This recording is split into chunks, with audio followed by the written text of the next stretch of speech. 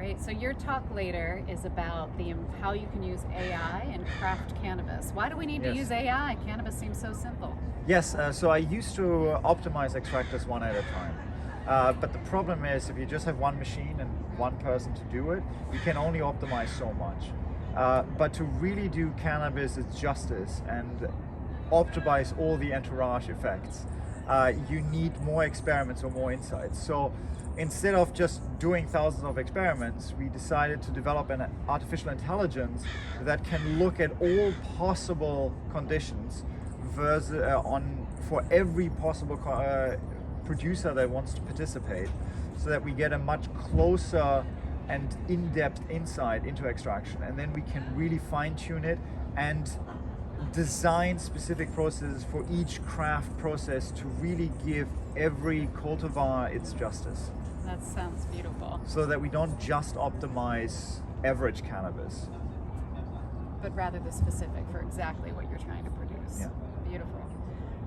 So since we're at the Emerald Conference, where we're learning about all kinds of science, we're also asking folks, like, what is the importance of science for the cannabis sector in particular? What really needs doing? Yeah, so I've been at the Emerald Conference now for years. I think 2015 was the first time I came. And the Emerald Conference has always been the place where the scientists meet some of the business people and help them to understand the fundamentals. And we slowly get to clean up the heritage of cannabis. It has a very rich history, but a massive lack of science. So I just wrote about how the total THC content that is written on any flower you buy is mathematically wrong. It's just wrongly calculated.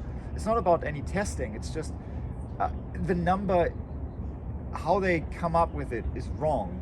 And so this is the right venue to talk about it and come up with better ways how to inform the consumer, how to think about the cannabis product and pick the right one for them.